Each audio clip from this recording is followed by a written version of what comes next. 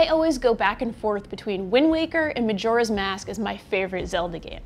That's not just because they're both great, but they're tonally complementary games.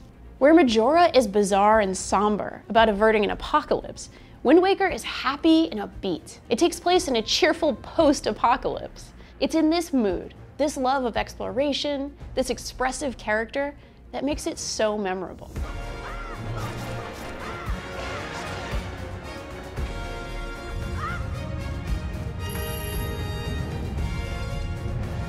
The game is a classic 3D Zelda, but on the high seas. You have to pilot a tiny boat, the King of Red Lions, across oceans of Hyrule, finding islands full of danger, treasure, and intrigue.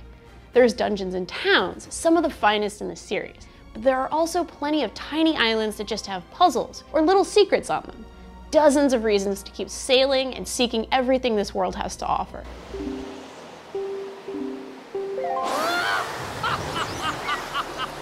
The world itself is incredible. I'll never forget the gloomy beauty of Great Deku's Pond, and the Forbidden Forest dungeon, the creepiness of the Earth Temple, and the vertical puzzles that made the Wind Temple so much fun to figure out. Sure, there are fewer dungeons here than in most 3D Zeldas, but they're better integrated into the land and sea of Hyrule here.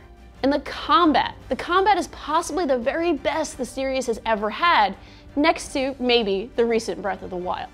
There's a musicality to it, a rhythm, and besting harder foes, like those who wear armor, requires some strategy. Should you knock off their helmet or their breastplate first? Finally, it's a game of expressive, cheerful character. Link and Tetra make the very best faces. Everyone, from the townsfolk on the islands to the monsters crawling the dungeons, moves with personality and even bounce that's hard not to fall in love with. That carries to the entire game. If there's one word I'd use to describe Wind Waker, it's joyful. And that's an incredible thing to pull off, especially in a post-apocalypse.